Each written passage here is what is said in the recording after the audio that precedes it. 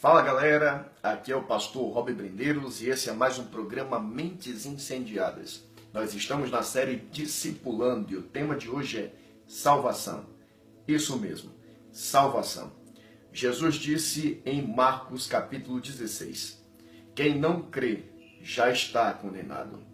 Quem crê será salvo. Você tem certeza da sua salvação?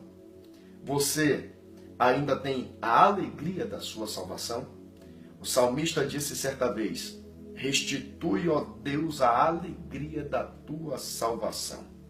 Queridos, o patrimônio mais importante que o homem pode ter é a vida eterna. A Bíblia diz que Deus amou o mundo de tal maneira que deu o seu Filho unigênito para todo aquele que nele crê não pereça. Mas salvação do que, pastor? Queridos, a Bíblia diz que o salário do pecado é a morte. E existem aí 3 tipos de morte. A separação do homem de Deus. Segundo, a morte física. E terceiro, a morte eterna. A Bíblia diz que todos os homens pecaram e destituídos estão da glória de Deus. O profeta Isaías vai falar que são os nossos pecados que fazem separação entre nós e o nosso Deus. Jesus ainda disse que o pecado, quem o pratica é escravo dele. Ele mesmo disse, aquele que comete pecado é escravo do pecado. Queridos, a Bíblia também fala que o pecado nos oprime. E o único que pode nos libertar é o Filho de Deus. A Bíblia diz que se o Filho verdadeiramente vos libertar, sereis livres. É por isso que João vai dizer, eis aí o Cordeiro de Deus que tira o pecado do mundo. O único que pode comprar a nossa salvação é Cristo e condenação eterna. Por quê, pastor? A Bíblia usa 2 termos no grego para condenação, para inferno, para juízo de Deus. O primeiro deles é apolume, que significa juízo de Deus contra a conduta pecaminosa do homem. O segundo é Guiína, lago de fogo. Também o equivalente na língua hebraica é Vale dos Filhos de Inom, que ficava na extremidade sul de Jerusalém, de frente para o portão do oleiro, onde está um lixão da cidade de Jerusalém, onde é possível encontrar pedaços de cadáveres de pessoas amaldiçoadas.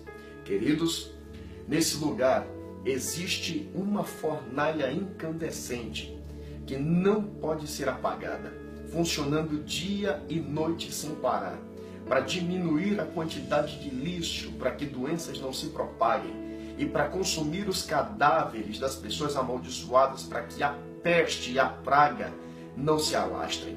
É por isso que Jesus vai dizer que no inferno o fogo não se apaga e o bicho não cessa de comer, porque fala de um sofrimento externo e de um sofrimento interno.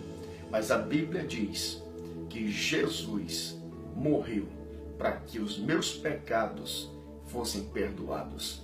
Queridos, a Bíblia diz que Jesus morreu porque sem derramamento de sangue, de acordo com o autor da carta aos Hebreus, não há remissão de pecados. Jesus morreu para dar a você uma oportunidade. Jesus morreu para te oferecer remissão de pecados. Jesus morreu para te livrar da condenação eterna.